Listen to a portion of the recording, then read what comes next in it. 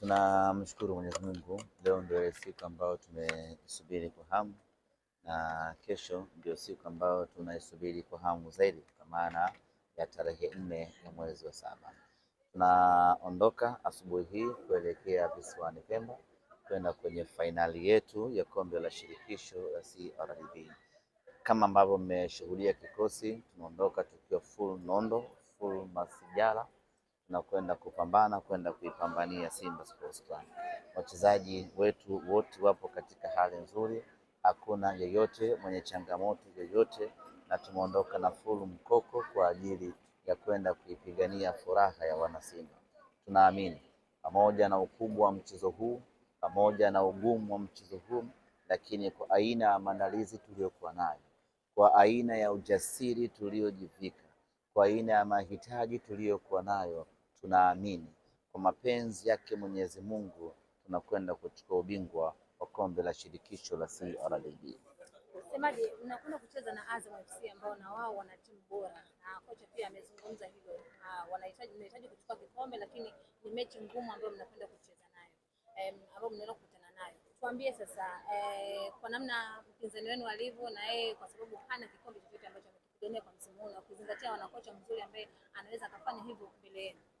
Ya, ni kweli Azam wana timu bora, na kwa msimu huu Azam imekuwa bora zaidi mbele ya Simba Sports Club. Ukiangalia msimu huu timu pekee ambayo imefanikiwa kuifunga Simba ni Azam FC. Ukiangalia msimu huu timu pekee ambayo imekusanya alama nyingi katika mpira wa Tanzania ni Azam, amechukua alama 4. Waliobaki wote ni alama 1, alama 2, kama hivyo, lakini it's only Azam FC ambayo imefanikiwa kuchukua alama 4 mbele ya mnyama. Sasa hii haiji kwa bahati mbaya, hii inakuja kutokana na ubora aliyokuwa nao msimu huu, ndio maana amefanikiwa kufanya hivyo ambacho amefanya.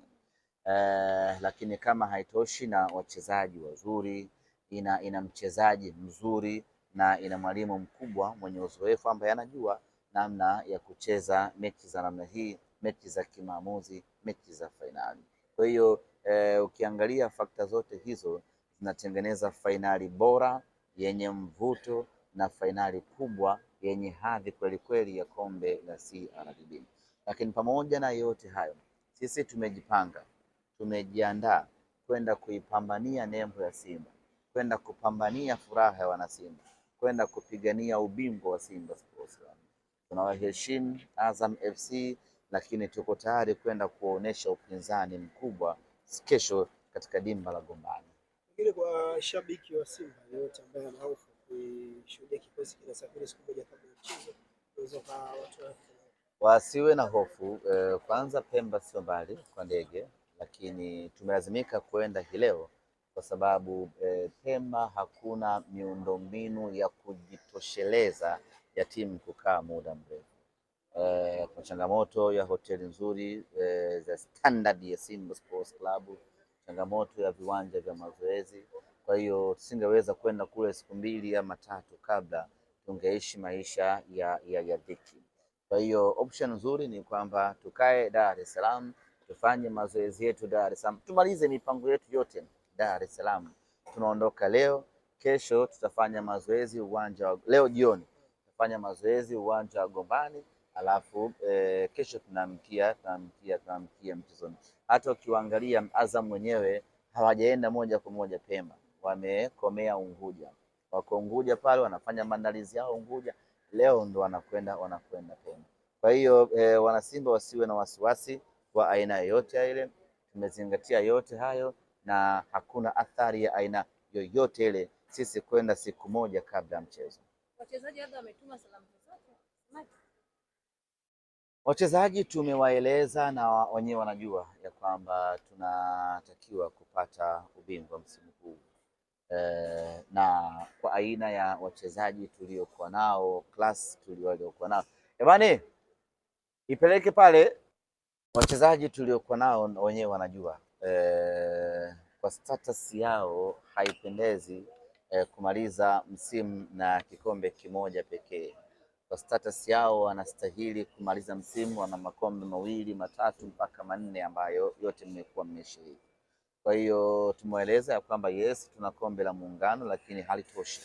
Tuna wajibu ya kwenda kupambana tupate makombe mengi zaidi, na in fact kombe la CRDB hatujalichukua muda mrefu. Kwa hiyo tunatakiwa kulichukua kutokana na aina ya timu tuliyokuwa nayo, na wachezaji wanatambua thamani yao inaongezeka na ukubwa wao unaongezeka endapo wakifanikiwa kuchukua ubingwa huu wa CRDB. Kwa hiyo kwa upande wa wachezaji wenyewe wako very okay, tayari kwa ajili ya vita.